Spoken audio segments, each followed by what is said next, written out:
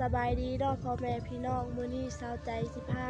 พ่อแม่พี่น้องไปรับส้มบุญแข่งเรือของบ้านพักคาเปื่อยขาวเนาะเป็นบุญออกพรรษาเนาะแข่งเรือ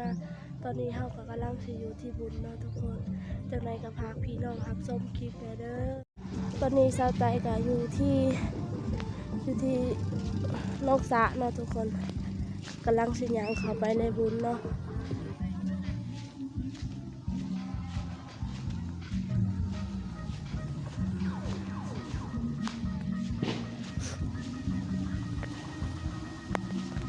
ตอนนี้เศร้าใจกับสิพาพี่น้องไปหับส้มคลิปในงานบุญเลยเนาะ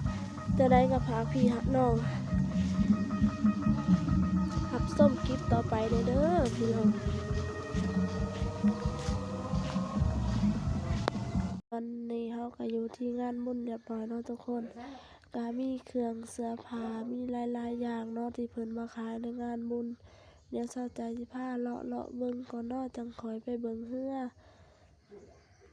เพิ่นมาขายเครื่องของกันหลายเนาะ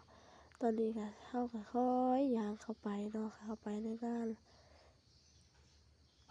คนก็หลายเพิ่นกำลังมาเบิ่งบุญเนาะตอนนี้ก็มันสิใกล้เที่ยงแล้วเพิ่นก็กำลังสิเอาเรือลงเนาะไปแข่งเรือบ้านนี้ก็ดี